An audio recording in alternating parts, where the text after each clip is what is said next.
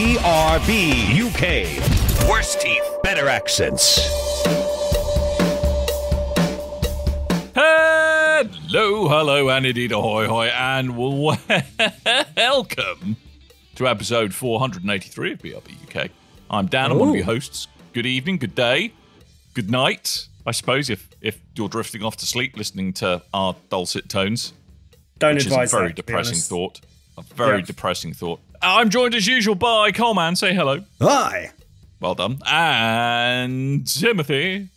Hello. I have a fun fact for you. How fun? Okay. It's not that fun. It's tenuous. I'm not going to lie. It's tenuous. Okay. All right. Okay. Tenuous fact coming up. What is 8 minus 3? 3. Yeah. Okay. What was the answer? Oh, right. You didn't say you wanted the answer. I was doing it in my head. I just like tricking people with maths questions and then just leaving on a. You didn't tell me this is cliffhanger. Hypothetical maths. Oh Jesus! Do you want us to show our workings, or yes? Do we get extra Tim, points? if you need to write down workings for 8 minus 3, we have problems. All right, Coleman's on it. Minus 3 equals the other half, so it's basically a backwards 3. If you put them both together, they're making 8. Yeah, you're not doing a graphical subtraction, Tim. Right. Okay, a mathematical one, yes? A mathematical one. If you didn't had specify 8 that. things, oh, for God's sakes. The answer's 5, Tim. The answer's 5. Right, 5. Okay. 5? Okay. 25. How many letters are there in the first 4 letters of PlayStation? So I'm trying to make our episode number 483 relate to the fact that I finally managed to get hold of a PS5. Well, I say finally managed to get hold of it. It's somewhere downloading. So it's pending. I've passed my security checks. You'll be pleased to hear. I got it from BT in the end. Who'd have thought BT? Whoa. Okay. And the bundle that was there was that and Gran Turismo 7, which, lorks of mercy, the cats are amongst pigeons insofar as garbage dump fires that are happening with that game at the moment. But anyway, so I picked that up. It should be arriving tomorrow, hopefully, which would be exciting. And picked myself up a copy of the Ultimate Edition of Miles Morales with its super sexy PS4 Spider-Man redo, which I hear is actually quite an impressive redo. So, I'm quite looking forward to a weekend of playing that.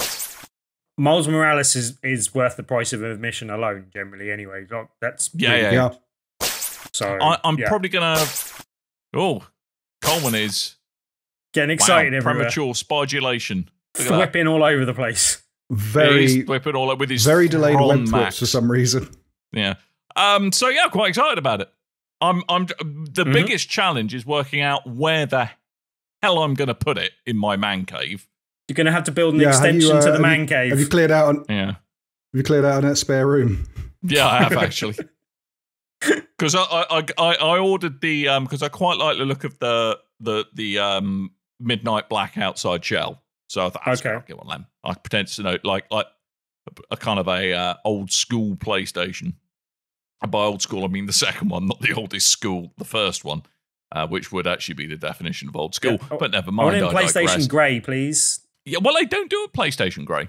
Grey station. I'm sure they will at some point, though, eh? Well, they'll find a way whenever the next Divide by 5 anniversary of PlayStation is. We have the technology. We can rebuild your PS5. But no, I'm genuinely quite excited about it. Slightly regretting now getting Elden Ring on PC instead of PS5, but what you're going to do. Yeah. And to answer your next inevitable question, no, I'm not going to buy another copy of Destiny for it. The reason why is because I think with Bungo's acquisition by Sony and the increasing likelihood of a Game Pass type service being offered on PlayStation, I'm fairly sure it's going to rock up there. Yeah. I think it's going to be there. Well, also, don't you own Destiny 2 for the PS4? Yes, but not the expansions. But aren't the expansions crossover now? Only the seasons are. The actual expansion itself is not. Okay. I hate their business model even more. technically, you own Destiny 2 on the PS5 if you have it on the PS4. Technically, everyone owns Destiny 2. Well, no one really owns anything these days. That's a whole other rant that I really don't want to trigger Tim about. The real Destiny 2 is the friends we made along the way. Technically, you've never owned a video game in your life, Dan, but anyway. Well, technically, not since circa... never. Probably 2004. No, never. You've never owned a video game. Nintendo Entertainment System. You have never owned the rights to sell that video game, like to produce copies of that video game and sell it to other people. For God's sake. Yeah, but nor do I have... Technically, by that metric, I don't own my house. Well, I've got a mortgage on my house, so I don't Yes, own it, but so you don't own your house either, no. I thought that was a ruling that was introduced for the Nintendo Entertainment System, so anything pre that, because Nintendo changed a lot of consumer law. No, you've never owned the right to distribution. You've only ever bought a single copy user license that comes in a physical form. I told you this would trigger him. Yeah. Did you know that? One of the big things that Nintendo changed, I don't know if that was the same in the UK or if it was just in the US, but previously you had the consumer right to take your 5-year-old Nintendo Entertainment System back to the store if you had the receipt, refund it for the full cash worth of what you bought it for, so you could buy a Super Nintendo. And that's why that rule was changed, because Nintendo lobbied it for stores. Yeah, I think that's a slightly different consumer law but in terms of licensing laws, it's the exact same license laws that a lot of people don't know this as well. You can't lend a book to anyone. When you buy a copy of a book, it is illegal to lend that copy of a book to anyone else. Don't tell the bloody librarians, mate. They're out of job if libraries have special dispensation out. for doing so. But as a private individual, you cannot buy a copy of a book and lend it to another person. What about the bring a book, pick it up kind of things that they do in tube stations? Yep, that's technically not really legal. They'd find it hard. Someone's no shut one would bother down. Suing for it because no one's making any money out of it. So it's not really something that would be, And Tim, to discourage people from that illegal, dastardly behaviour that you've just described, I expect you to go into East Finchley and lick all the books that are on display just to make people... Yeah. I mean, really, they've that's got to learn not a very lesson. sensible COVID protection advice at the moment generally anyway, no? Maybe post-pandemic. It's probably, if it's an old book, it probably hasn't been open for a while. And it will make people think about, do I really want this? Has Tim licked this one? Do I really want something that Tim has licked in my house? I could just put a little sticker on it saying, asterisk, this is technically illegal. You wouldn't lick a book. Anyway. Every time you open a book, it plays that for, what was it, like a 3-minute unskippable the first 3 chapters of the book are that. I don't know if I've told you guys or told this story on the podcast before, but the guy that used to appear at the beginning of the videos and give that warning for the Video Standard Council thing where he came out and, blah, blah, blah. I think it was actually the warning they did before you wouldn't download a thing. But my dad asked that guy to do that. He was on the Video Standard Council and represented London because he had an independent video shop. So there you go. There you go. Yeah, so you have to be our age to appreciate that, but there you go. Oh, man. I'm going to start reminiscing like an old... I better move on. I was going to say, there's nothing more than... there's nothing... the desired effect of those... anti-piracy unskippable ads that they used to stick at the front of DVDs that just would irritate you every single time you booted up a DVD. The whole idea was they were to stop you doing piracy, but every time one of those things would pop up and I couldn't skip it, I'd go, this really makes me want to pirate this, so I don't have the actual skippable advert. Anyway, talking of there being no school like the old school, Tunic. Tunic. Oh, what a game. Did tell you. Tunic. Yeah, Tunic, for those of you who have been living under a very small Zelda-esque rock for the past couple of weeks. Like Tunic is a brand new indie game that is very much a love letter to certain genres of games, popular in circa early 1990s, and also some more recent games as well in terms of its mechanics and how it teaches you about the world. Tunic, great indie title, was available day one on Game Pass. Other systems it's available on as well include PlayStation, I believe, also PC. And you play a cute little fox who wakes up on a beach. And Yes, you that's do. pretty much all you get told. That was kind of a last-minute addition to Game Pass as well, because in the initial reveal and the putback and all this kind of stuff, it hadn't appeared in the Game Pass lineups. And then in the last few weeks before it launching, they just went, by the way, Game Pass.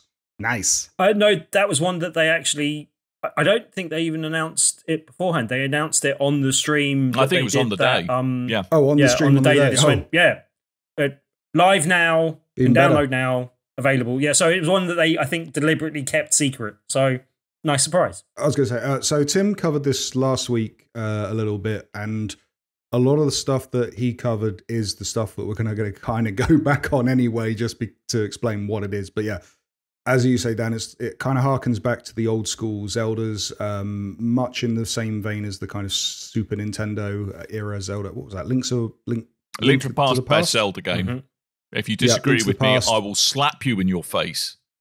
And a little bit of the aesthetic of the re-release of Link's Awakening, which they remade for the Nintendo Switch. Very similar in kind of style. So much so that if this comes out on Switch, it might have to be a double dip on the purchase, I think. Ooh, it'd be good on Switch.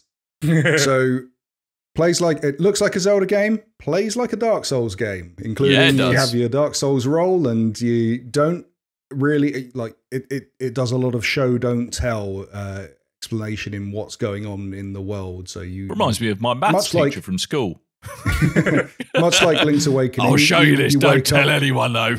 Hello. You're a little fox boy who wakes up on the beach, and then you just start the adventure from that point. And the way that the game handles story is everything's kind of written in a runic type of language around you, and there's the odd bit of English thrown in there, and I'm assuming that's something that unlocks a little bit more the further as you play to figure out how things are, what words are what. Yeah, I thought that at first. I haven't seen that yet. Yeah, I don't think it does. Oh, I think this is stuff you just will never understand. Yeah, I mean, what I love about it, so it kind of the kind of one of the unique bits of this is that you have to discover everything in the world. You have to work out what everything's. You have to work out what bits of the UI mean. You have to work out, where what stuff is, what are collectibles, how to approach and attack the bad guys, even find a stick for the first time to go and smack things on the head with. Stick, best stick. And discover these, kind of it starts off as it comes to kind of almost like this Zelda-esque world, but kind of weird, almost like in a Fez type way, weird almost alien kind of jarring objects start to appear in the world the more you explore, and it doesn't really tell you how to interact with them, and you kind of eventually will when you discover this, when you discover certain things in the game. And the way you kind of discover more about the game world is, as Coleman said, you will find pages of the instruction manual, and it's kind of an instruction manual that really reminds me of like the great, like kind of Super Mario Brothers 3 or Mario World era of game manuals, where they were just beautiful documents with, lovingly put together with really nice, unique art. And it very much reminds me of that. And in there are like maps. You'll find there's maps so you can actually work out where you are, but also like little hints about how to do things, certain attacks. There's also, what's nice is there's occasional handwritten little notes in it as well, which will tell you extra info. And it's just such a glorious love letter to that kind of game. But I think comparing it to Zelda does actually and by it I mean Tunic, a massive disservice. It's far more nuanced than that. And I think if you're on the surface, yes, it is like it. But once you start scratching a little bit deeper, I mean, as you've already said, Tim, you kind of the combat mechanics are quite Souls-like in some respects, where actually even the littlest enemies can take massive chunks off your health bar in one go. It's all about working out how you can roll. I think you can parry, but I haven't worked that out yet. And there's kind of other hints still haven't in the picked up a instruction shield books that you get. Haven't you? I don't know. I don't know if I should have done that earlier in the game. To be honest, I haven't played any more since the bit that I played last week. So you probably have played more than I have now. I have gone down a deep rabbit hole with this, or a deep foxhole, if you will. This game is just wonderful. Just a wonderful game. It is for me as well, and this is kind of why I'm talking about it double dipping on the game if it comes to Switch, because I really want to put this. Unfortunately, there are a lot of games at the moment. I mean, it's a good problem to have, as Tim likes to say. But there are a few games that I'm kind of juggling at the moment. There's a couple that have been sent to me. There's a couple that I've got next week as well to get through, and so I haven't really had the time with Tunic that I'd like to spend with it, but I'd really like this on a handheld, so I can take this out and about and use the rest function and just pick it up and put it down. And I think this would be a perfect game for that. Although Game Pass on the go, maybe I should look into doing that again a bit more. Yeah, just get your pad. I think you'd have to play it with a pad though, rather than on screen. So well, I have a Razer. I have a Razer Kishi. Oh, you've got the Razer Kishi. But the latency on a Game Pass type remote thing might cause havoc with the timing of the game. So. Yeah, especially with some of the later boss fights, which don't mess about at all. They don't mess around. You need timing for it. I used some objects to get through my first boss fight in that, basically some like stuff that I'd picked up, and one of the things I really liked about the layout and the level design as well is that you can go back through an area that you'd been through quite a few times and go, oh, I've just come back through here for a different route, and that route was available the whole time. I just couldn't see it. I just didn't know it was there, but it was there. There was a path, and I really like the way it's laid out the game and the way it kind of introduces you to the world and stuff. I thought that was really well done. And the kind of in many sections, forced perspective, also encourages you to explore. Like there is stuff hidden around corners that I often kind of spend a bit of time like just randomly walking behind stuff just to see if there's more things to unlock. But yeah, it's just so thoughtfully designed. And I think what I really like about it, it does take me back to when I was a lad, less cynical days, where kind of like all games were such big, wide, wonderful worlds to explore, even though looking back at them now, they are actually pretty small, fairly well-defined things. But it felt like there was kind of like limitless possibilities within a game. And I think Tunic really nails that. It's kind of like the joy of discovering new things to do and the sense of accomplishment, even like working out, those are the invincibility frames of my role when I finally worked that out.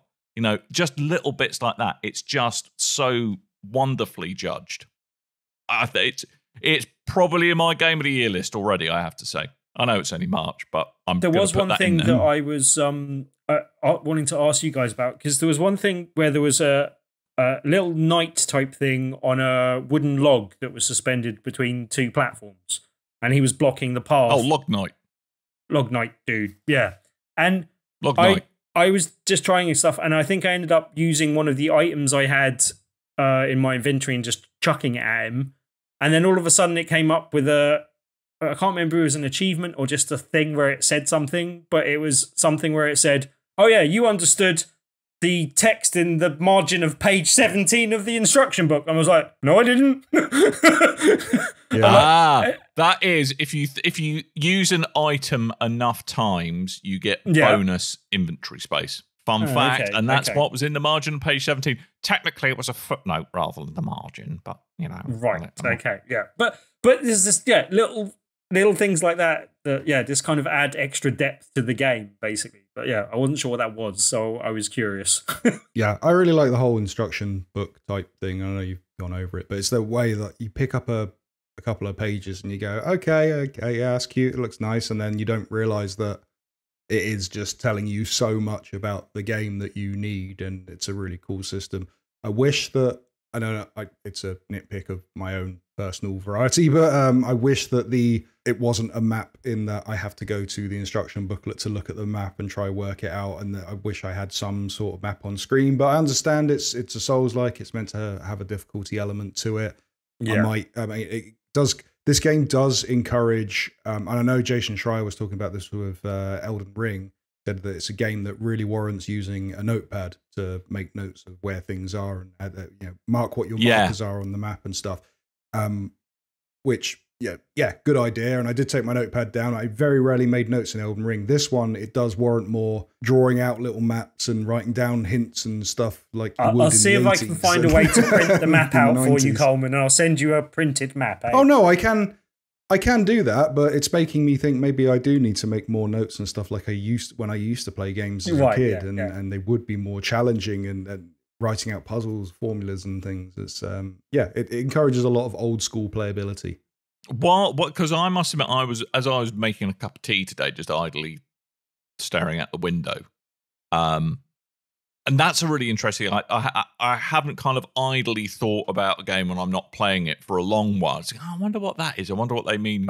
See, Elden Ring's had that effect on me. So yeah, Elden Ring does that to me all the time. I haven't yet. Elden Ring hasn't yet got its claws into me because I got distracted by Tunic. But wearing one or the game? Both. You saw your reflection in the window while you're having your cup of tea and went, hey, what am I wearing this for? Maybe I should wear something else than this.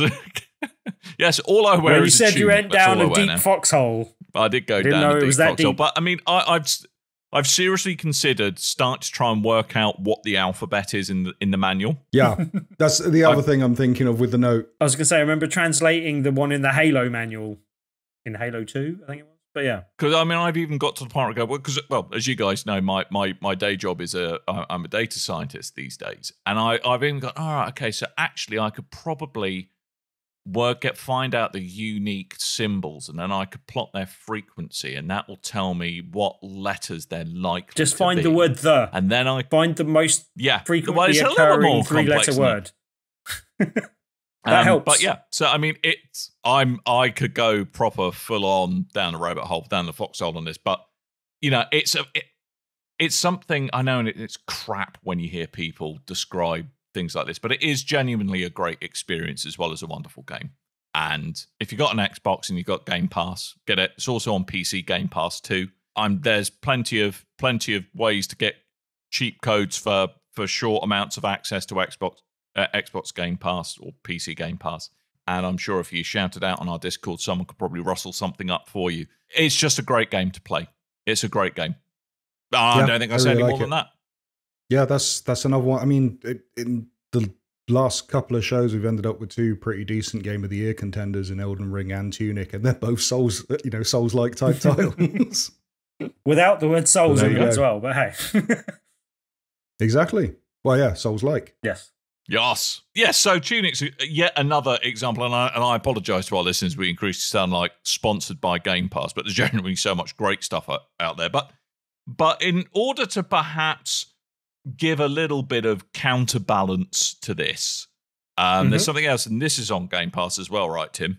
Shredders. Yes, and something I was really looking forward to is a game called Shredders. Mm-hmm. Now, it is a very nicely stylized, really crisp-looking snowboarding game. I'm not a massive fan of the name, but that I could live with. The thing that I was slightly concerned do about... Do you feel too middle-aged? Do you feel like you're having a midlife crisis with a name like that? Is that what it feels like? Possibly. I mean, look, it's got a bit less attitude than Riders Republic, so I will give it a tick for that. Like, it's a bit less holy cheebly dude kind of attitude going on. I think you'll find it's pronounced tude. Okay. But yeah, like, so attitude-wise, it's good. Like, visually and graphics-wise, it's really on point, and it's really, really visually good. And graphics-wise? Yeah.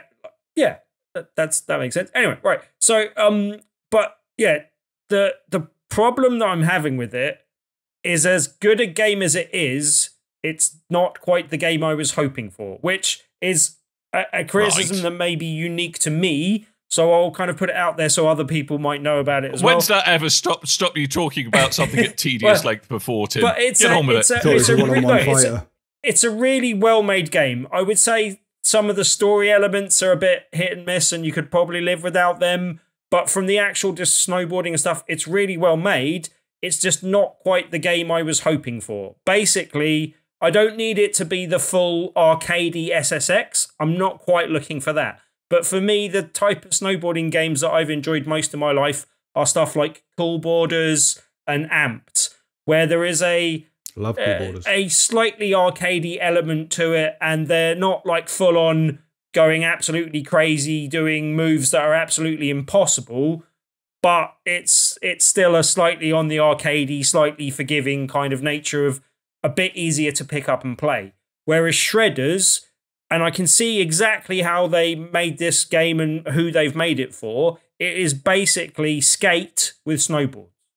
So it's a much more of a realistic, not quite sim, but much more on the sim heavy kind of range than I would possibly like, which means it's good, and I might go back to it and get some more time with it and play it a bit more when I feel that I have a bit more time and a bit more patience with it. At the moment, I feel like I've been pulled in so many different gaming directions. There's so many like things. I literally felt like I was cheating on Elden Ring every minute I was spending with Shredders. So I'm hoping to come back to this while it's still on Game Pass at some point. That really makes it sound like more of an abusive lover than it already is. The game from software. But for anyone that like skateboarding games, like, it's exactly the same for me. I prefer the slightly arcadey, more skateboarding games, a bit more akin to especially the early Tony Hawk's games, before they put in all the manuals and everything where you could link up all your tricks and it became impossible to carry things on. Anyway, but I know there is a massive audience that really love skate, and I think that sort of audience could have a lot of love for Shredders. So if that sounds like something that attracts you, if you're a big fan of skate, Shredders should be something that's on your radar.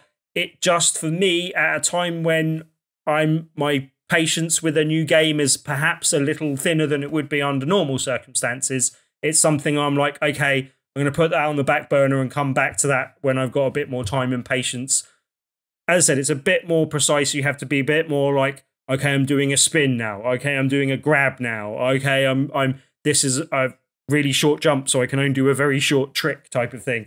So you have to be a bit more on it and a bit more precise, and that wasn't quite what I was looking for. I prefer a easier to pick up and play snowboarding game at the moment, basically, and that wasn't ticking that box for me.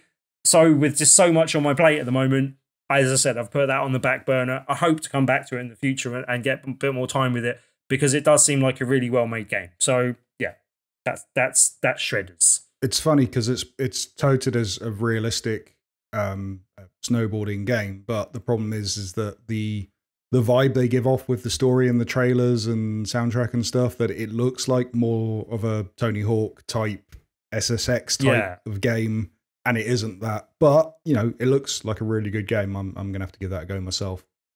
Yeah, and it's one of those things where I'm like, hey, I'm not enjoying it very much, and I've got a little bit less patience, so I'm going to go away and play other things. But I hope to come back to it in the future, and I think other people will enjoy it, and I think you could enjoy it as well. So yeah, I'm not advising against it, put it that way. The other thing that has been vying for my attention this week is Mario Kart 8 Deluxe Booster Pack, which includes, I think it's 8 new courses in total eventually, but we've only got 2 of those courses now. 6 courses, 6 sets of courses. Each, basically, it's different events. And there's 2 events this time, one of which is the Lucky Cat Cup, and one of which is the Golden Mushroom Cup, I think it is. Is that the right word? Right. Anyway, could be slightly wrong. But it's that sort of thing. Yeah. So you've given them all the money now. Yes. And they've only given you less of the product. I would be more... Meaning that when everything is available, its price will have dropped and you'll get everything instantly. I would take this as a criticism from Coleman, from a fan of Destiny and Destiny 2 such as yourself. Shut the hell up. All right. I mean, I won't criticize the model because it's a season pass. That's all it is. It's a season pass. And they did this with Mario Kart 8. I'm just trying to wind him up, god damn it. Before it was Mario Kart Deluxe, they did the same thing, and they released characters and courses and stuff. But it looks, I mean, it's a whole year's worth of content they're going to be trickling out, so it adds longevity to the game. A whole 2 years worth of content, I believe. Oh, 2 years worth of content. The thing I will make fun of you for, though, Tim, is you spent full price on this, and if you look around, so many places are just doing it for £16, just over. Well, I mean, look, I wasted £6. And also, it's not the full £6 because I bought it on the Nintendo store, so I got like they do give Nintendo point credits for that. So it's not entirely the full price, and I didn't pay that price because I had credits already. So isn't that swings like around about 10p for every £10? He hasn't called it an investment yet, which I'm surprised by. Yes. But it's an investment. It's a Tim-style investment. But there's 8 new courses, and I actually think that's reasonably good value for money. Like, I would be a little bit miffed if I was paying £23 for just those 8 courses, but if I was paying £23 for 16 courses, I don't think that's a terrible deal. Like, they are really high quality. It is getting me back into playing Mario Kart, a game that I put down possibly a bit sooner than I should have done, because I haven't done all the normal cups in 150cc, I noticed as well. So I've been going back and doing some of those. So it's not only got me playing the new courses, but it's got me back into playing the game in general, which I'm quite happy with. The 8 new courses that are available, even though it doesn't actually tell you this in the game on the courses, like 2 of them it labels as coming from Mario Kart Tour, which I believe was the mobile product that came out 2 years ago, was it now? Yeah. And the 2 courses yeah, maybe a bit more. But the 2 courses it labels from that is Paris Promenade, which I'd never played before. It's one of those things, you wouldn't know you're in Paris, but they do have the Eiffel Tower, so that makes you know you're in Paris. That's usually a giveaway. So that's okay. And it kind of crisscrisses through the Eiffel Tower. Or and Las you kind Vegas, of race one through or it two. and stuff. So could be Las Vegas. Could be. And then Could be the other one have is homeless families sleeping around the perimeter asking for money, because that was the memory of Paris. That was your experience of what's the name of Paris. The Eiffel Tower. See, we didn't pay to go up the Eiffel Tower. We paid to go on the log flume that was in the grounds near the Eiffel Tower and the Louvre, and that gave us a nice view of Paris. So we went there instead. So anyway, but yeah, the other one from Tour is Tokyo Blur, which I wouldn't know I was in Tokyo if they weren't telling me it was in Tokyo. But the track's okay. It's fun. It's fine. There's another one that is from Mario Kart Tour, but doesn't tell you in the game that it's from Mario Kart Tour, and I don't know why. I think someone just forgot to label it. But Ninja Hideaway, and that is a much more interesting course than the other 2. The other 2 have just got like a general kind of racetrack that you're going around, whereas the Ninja Hideaway actually has like various different levels to it, and it's got different parts that you can explore and different things where you have to get up high and then stay up high to kind of stay on the high road and get a slightly shorter route round. And that's like a much more interesting course. Like, that one feels like it's got more depth to it, and it's a bit more interesting. And then all the other courses are courses returning from like 3DS, N64, Wii, and the DS. Choco Mountain is in there. That is a good returning favourite from the N64.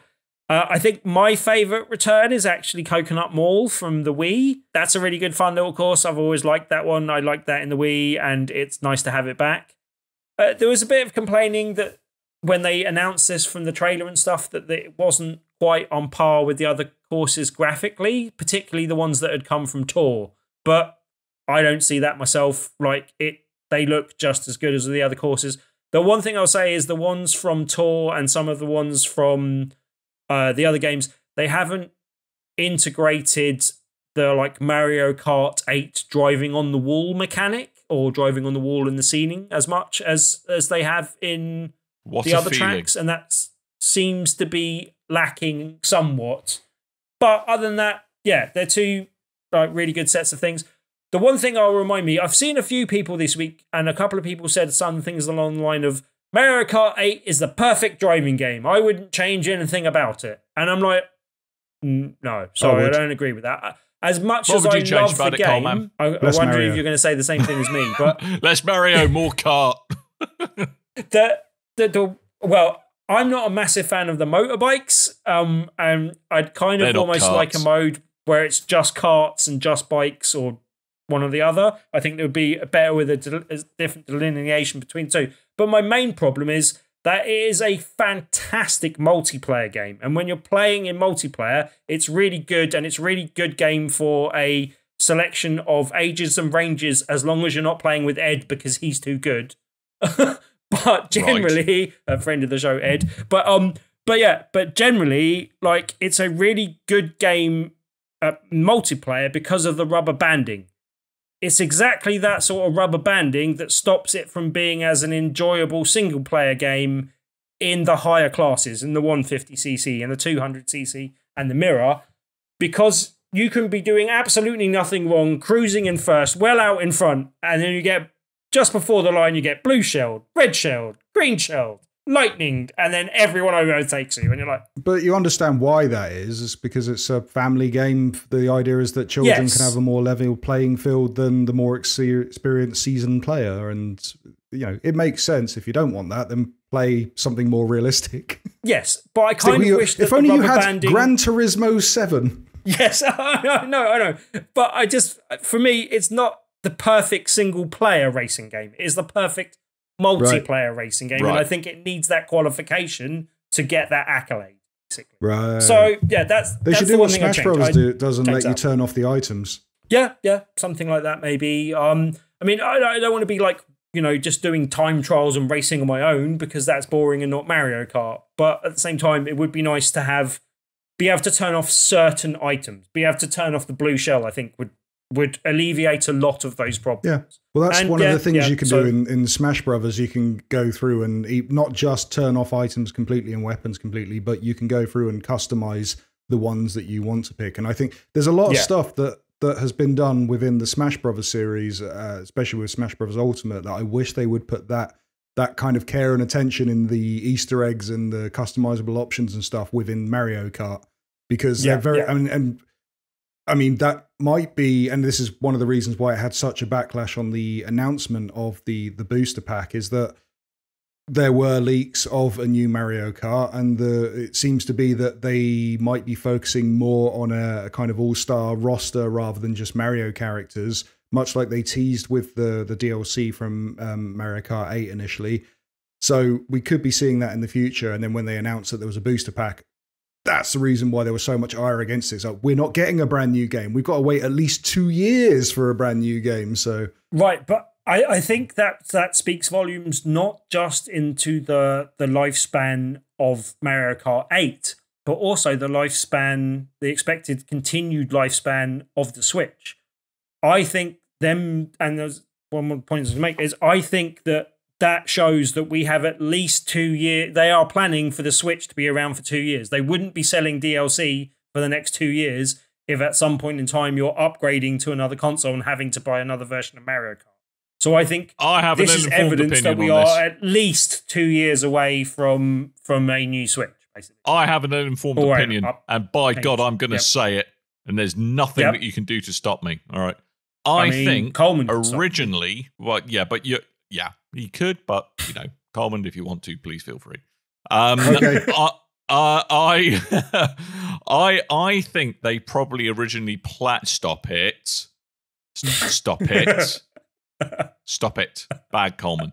I think they probably originally planned for some of this content to be in Mario Kart 9, but seeing what happened with the semiconductor supply shortages, which still continue, I think they may have elected to delay the Switch 2, or whatever it's going to be called, whatever the successor Switch is going to be, to a time where they could ensure adequate supply. So I think actually this Mario Kart stuff probably was due to be out on the next platform, but because they've made the decision to delay it until they can actually manufacture the damn things, I think that's why we're seeing some new stuff come. But I also think that the pandemic made a difference, because the pandemic came in and that boosted sales of the Switch. Like, they will introduce a new Switch when sales of the Switch start flagging, but there's no sign of that happening at the moment, so there's no need for them to do something. Sure. Cool. Great. Might also get another hardware revision before it disappears into the sunset as well, so hey. Switch Pocket. Switch Micro. Mm-hmm. Switch Mini. Switch DS. Yeah. Switch SP. DS. Switch. You can just get 3D, please. Gaffer tape. No. It'll make I'm Coleman done with just 3D vomit lenticular on the spot. technology. Yeah, all good. Make Coleman just go. The only good thing about the Switch 3D was with the later revisions when they really updated the eye tracking. So because if you played with a 3DS and someone had a look at your screen, it would go and suddenly be blurry.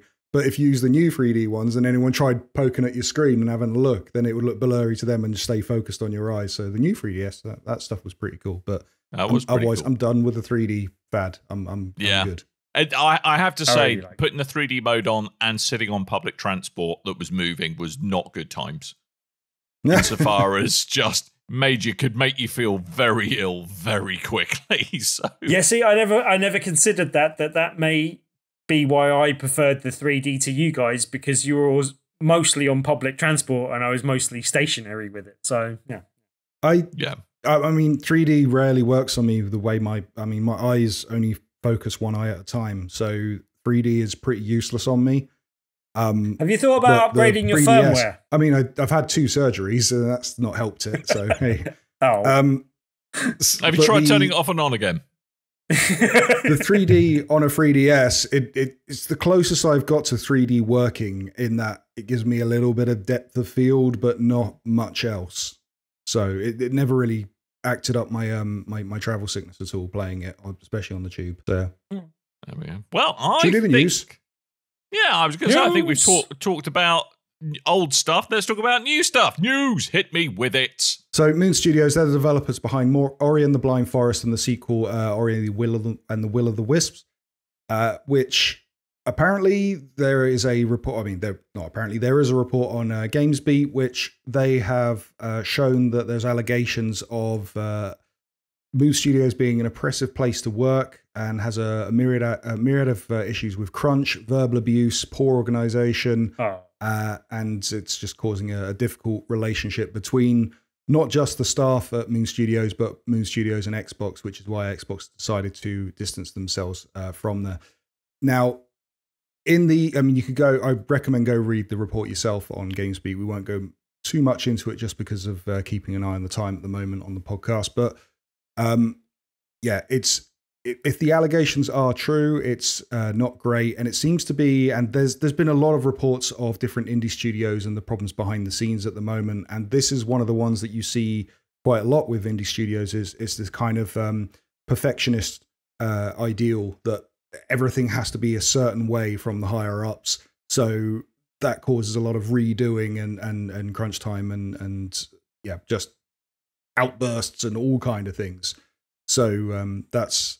Unfortunately, Moon Studios, which was because of the output of the quality of the titles that they've launched, I thought would have been one of the good ones. And, it shows. And especially these last 2 weeks where these reports have been showing different indie studios and video. I mean, People Make Games, they've recently done a video that showed 3 different indie studios. Yeah. They're the ones you expect to be above the level of the reports we hear from these AAA studios.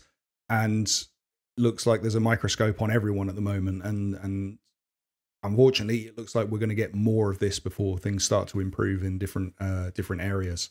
Just saying, it's not cool whatever the size of your studio. You shouldn't be treating your workers badly. You shouldn't be doing this. You should, I know crunch is a kind of an accepted thing in the video game industry, but even if there is an element of crunch, it should come alongside decent working conditions and treating people well. Like that should be a given almost. And as you say, with a type of title that seemingly has a nice message and a nice universe that it's presenting, it seems even more galling that they are ignoring the messages within their own game and not making a happy, nice environment for the people making that game.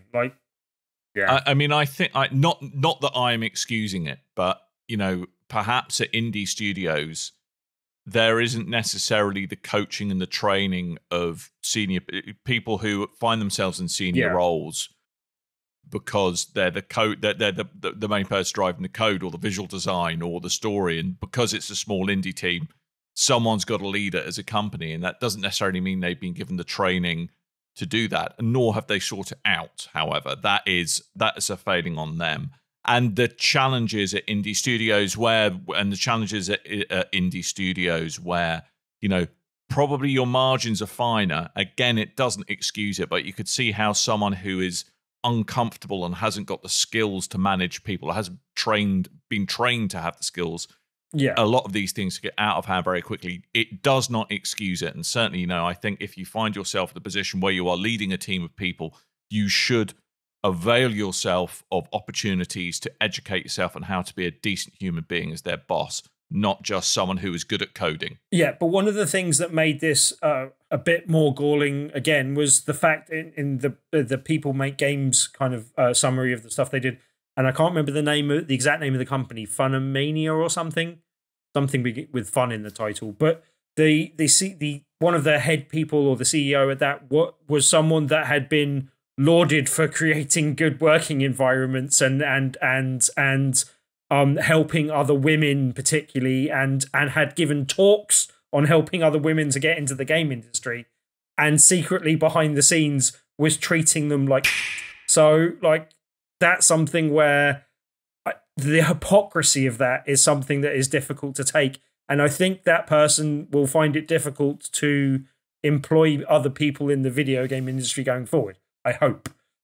Almost. I don't hope bad things on people, but the hope is that these people learn their lessons and actually, take their medicine and actually go back and do a better job of doing something they are not doing a good job of. Yeah, agree. Anyway, moving on. So CD Projekt Red, speaking of bad crunch time on companies, they have announced that the next project that they're working on is a new Witcher title.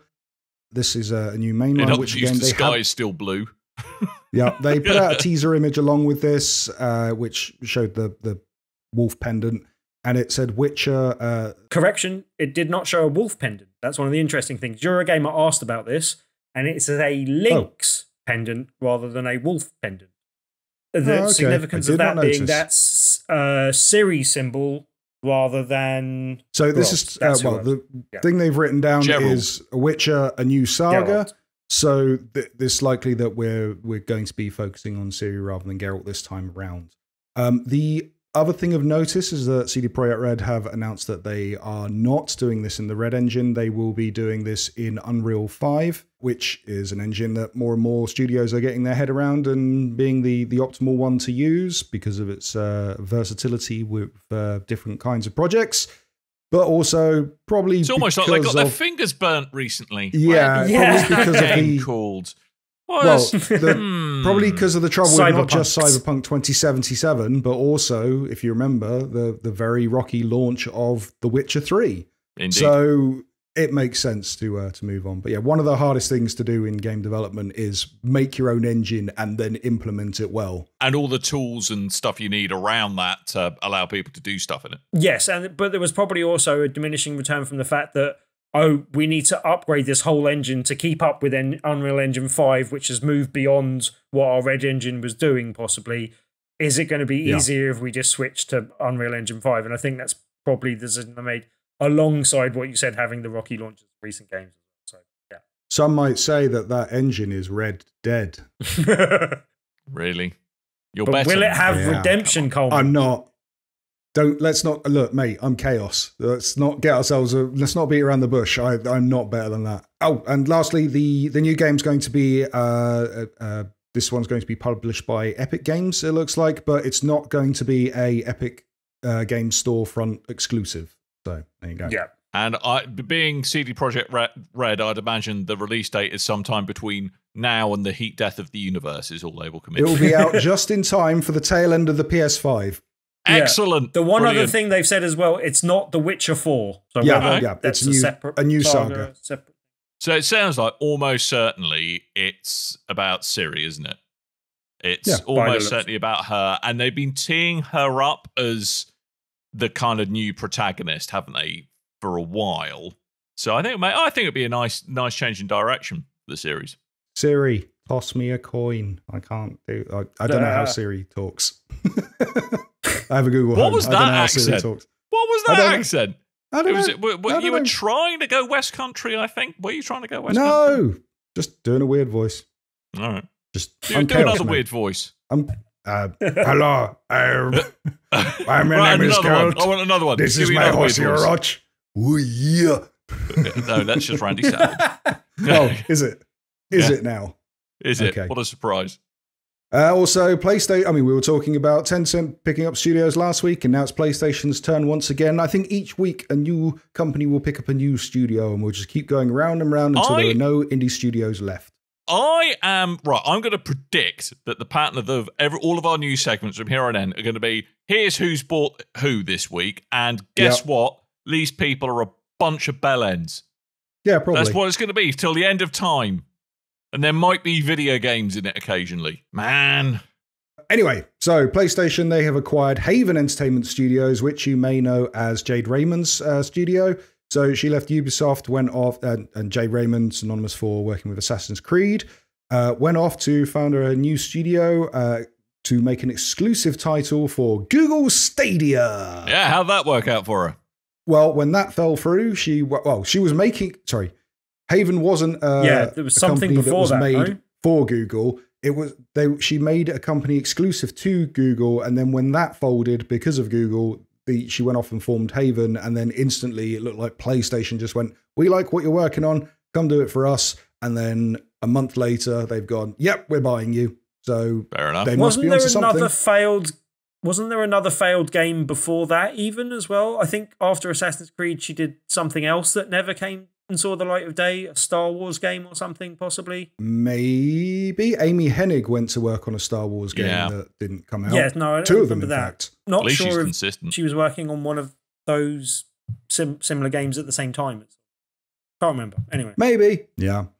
Anywho, yes. Good luck. I'm really looking forward to seeing what this project is, if that's got PlayStation so excited. Especially now we all have PlayStations to play them on. She said something Who would have about thought? it playing in with the remix, not technology, but the remix way of doing things and kind of, yeah. You sound Something epically about, middle-aged at this very moment. Yes, yeah. No, yeah, something about TikTok and something about customizing things for yourself, basically, and remixing That's something about the rewind when the crowd say bow selector. Indeed. Bubbling to the left and bubbling to the right. All that stuff. No. Yeah. Craig David's on my list of people that really annoy me for some reason. Really? I can't quite work out why I find Craig David so annoying, but I find him very annoying. Is it just because when you think of him, you think of that annoying puppet version of him before you actually think of him? No, it's just the way he's like, or little, you know? It's just, for God's sakes. It's just See, I was a garage head back in the day, and so I quite liked his tunes, so hey. Is that why your hair's that colour? It's all the exhaust. Yes, and the oil. Yay. But he's also got no short-term memories, all those fumes. Yeah. I was going to say, well, he's from Southampton, so we're meant to be sworn enemies. However, his music these days Craig is actually David? pretty good. Yeah, Southampton. If you too find Craig David annoying, please let me know. I refuse to be the only one who finds Craig David annoying. There are certain people who I just, for irrational reasons, find annoying. On the same week, we're about to get a Halo TV show as part of Paramount Plus. A bad Halo TV show by the sounds of things, but I mean, Halo's not great anyway, so it doesn't really matter. Yeah, but apparently they completely ignored the source material, and the first 2 episodes really show how much they completely ignored the source material. So great. Good. The story of Halo is the rubbish. Planet with a hole. I just want to stare up some ire. Come fight me in Discord. Anywho, we are getting more video game TV show adaptations, it looks like. The first of all coming.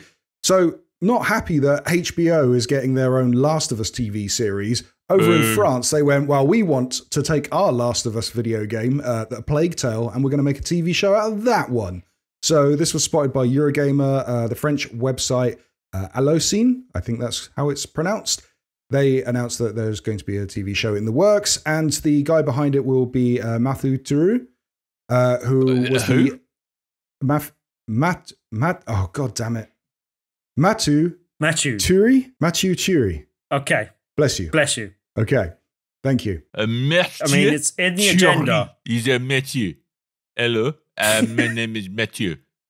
You're going to have to instantly launch into racist French. I think you find it is in my contract I have with their BigRedBarel. And that's the exact same accent you use for David Cage. Jog on. I only have one French accent. David Cage. It is the same accent. David Cage. Anyway, the dollar Coleman you were saying before I so rudely interrupted you. Oh, we're back in the Paris promenade. Anywho, a Plague Tale that is made by that man whose name I that the said Eiffel several Tower? times, and then Mathieu. yes, Hello. he was the assistant director on Inglourious Bastards back in the day, and he took to Twitter to say that he's looking forward to the project and he's honoured and all that stuff. And I'm looking forward to what that is because I like the story of A Plague Tale, and I probably should finish that game before the sequel comes out. I really need to go back and play that. I keep on hearing really good things about it. The other game that, the other TV show that I'm actually excited for is an animated version of Tekken called Tekken Bloodline, coming to Netflix this year. Which looks good. There was a little teaser video shown on Twitter and a poster, and then the YouTube channel's also shown the show synopsis on it. Follows the exploits of Jin Kazama, and I love the story of Tekken. Bit of Tekken music there for you. It's so dumb. If someone doesn't throw someone into a volcano during the course of this, I will be quite upset. Well, it's not Tekken if that doesn't happen, mate.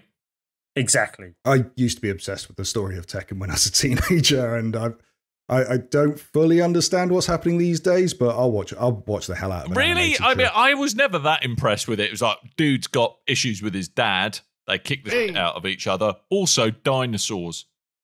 Also, Iron Fist tournament. Yeah, why not? Every fighting game has the same story, basically. There's a tournament for fighting, and everyone gets involved for their own personal reasons. Fight. And there's a bad guy who owns a company who you fight at the end. Yep. And has improbable hair. Surprise, surprise, he's evil, and has an evil plan about stealing everyone's fighting styles. But secretly... That's it. Secretly, he's just misunderstood. And this is all a reaction to stuff that scarred him deeply when he was younger, and he's actually a bit of a fragile soul underneath it all, and just wants that to storyline of Nina himself. Williams and Cammy from Street Fighter. They do actually they do tie in pretty close together. Thinking about it. Anyway, that's all the news. Is it great? Yeah, all of the news. All of the news. Well, I think if we've run out of news and we've run out of games to talk about, we should probably get the heck out of here, but not before we shine a mighty spotlight on something.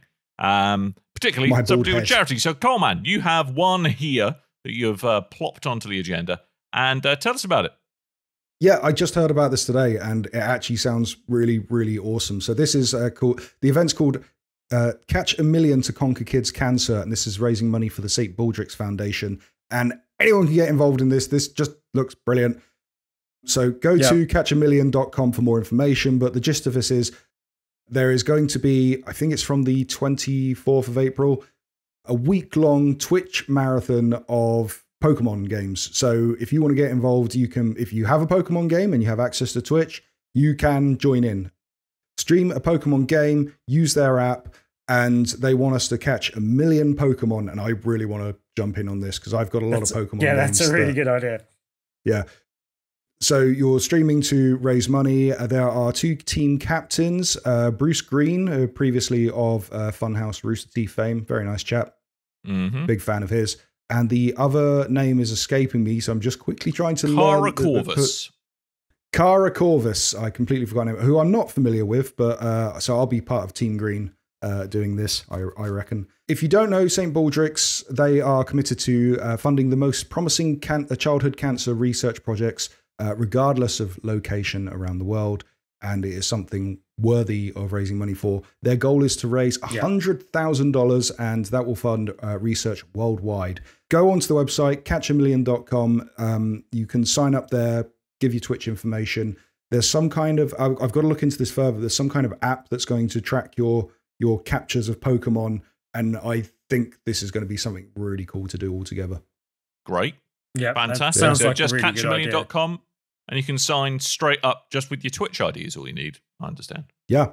And look out for Sweet people that are ass. streaming as well, because you'll be able to donate that way. Do all of those things. Do it now. We recommend the gaming Twitch marathon, streaming marathons quite a lot, and this is one with a difference. And I'm really excited for this event. I think it's going to be a lot of fun. I think that, check it out. Even if you don't like Pokemon, perhaps this is your excuse to try a Pokemon game for the first time. And you can be very confused about what's going on. But you can still help raise money for charity, and that is an awesome thing that you should most definitely do. Indeed. You shut up about this eating Pokemon, Tim. You got to let it go. It's been It's been 100 years, it feels like. Why are you still on about that? You still had brown hair at the time. That is not true. Well, you had like 4 or 5 brown hairs. Before we skip over it, we did actually have a last-minute question from our Discord this week. See, I've been using the Discord again.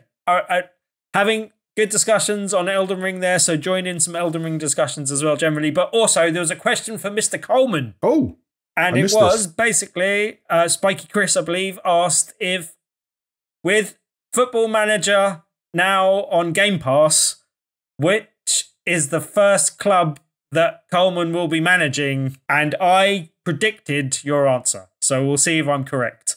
I can pretty much predict it as well. Yeah. Well, as Portsmouth, I don't think are Pompey, in football. Well, they're not in Football Manager, are they? You're not in football. You're just a lower league. I said that you would go for Portsmouth to be a nice challenge. Not football, Get them back in the Premiership. That's hacky sack. After they've been asset stripped by your horrible owners that came in and did you a wronging. We've been doing all right since Michael Eisner bought the company. Yes, but they had to buy it off the people that came in and asset stripped it. I don't know if you know this. But there was a behind the scenes documentary thing that literally showed off exactly the business plan that they came in and put in after it had been put out on a panorama. And I was just like, no, you can't do that. That's all the things they said they'd do. That's exactly what they said when they said anyway. But yeah, it was. I think it was horrible what happened to your club. But anyway, yeah. But yeah, so I'd be interested to see if you were. You laugh at me because I don't know that Portsmouth would be part of Football Manager, but I've never played a Football Manager game, so I just assumed it'd be like FIFA where they don't have Portsmouth anymore. We've had Portsmouth like 1 year. Okay. So if that was the case, I would have gone Leeds. But if Portsmouth are in it, I'll play Portsmouth. If Gosport are in it, I'll play Gosport. I know FC. who I'm going to play. Yeah. St Albans City is who I'm going to play. Yeah. Yeah. But all of their mighty orbs. The Saints, thank you.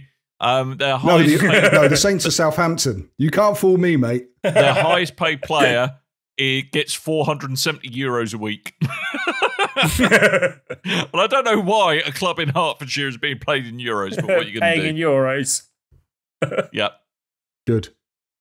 Go on, Stallmans. But yeah, I thought that was a funny question, nevertheless, basically. Cool. I'll give it a go. Is that on PC as well as Xbox? I believe so, yep.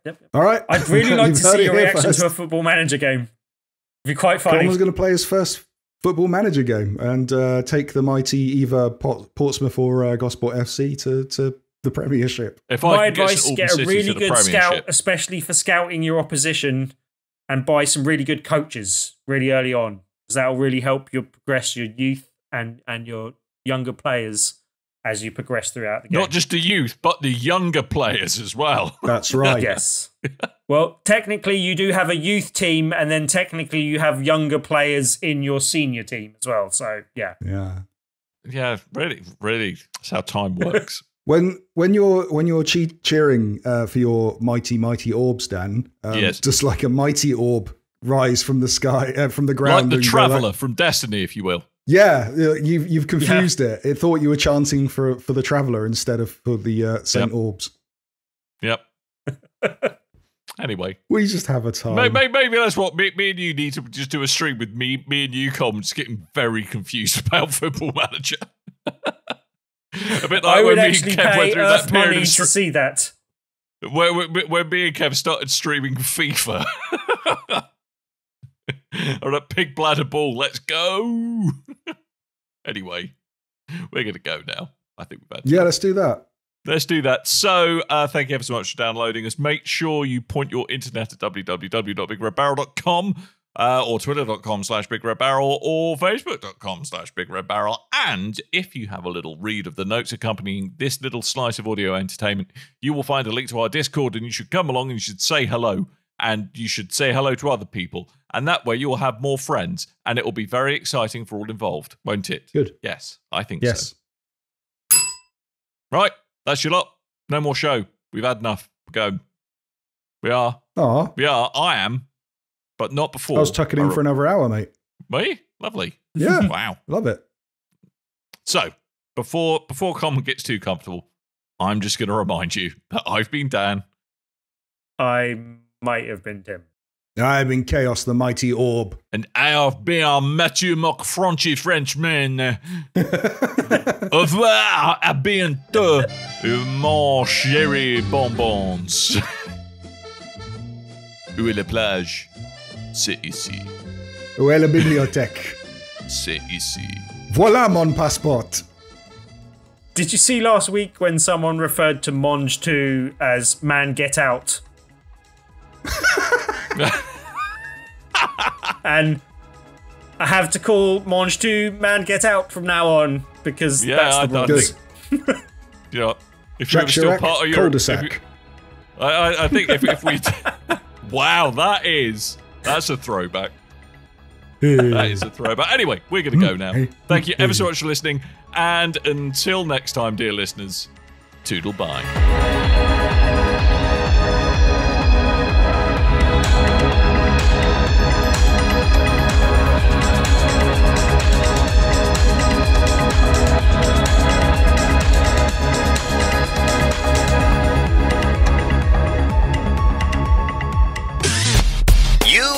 Your ears are quite welcome for the podcasting goodness that you just heard. Why not roll on over to BigRedBarel.com for more podcasts, news, reviews, and videos from the biggest, reddest site on the internet, BigRedBarel.com. No, and the knight goes, I am not Chaos. No, he goes, no, I'm the man who I'm the being that wishes to become Chaos. Oh, so, what? It's all very confusing. I will say, is that it's worse? Intention to Chaos. Yeah, there's a level of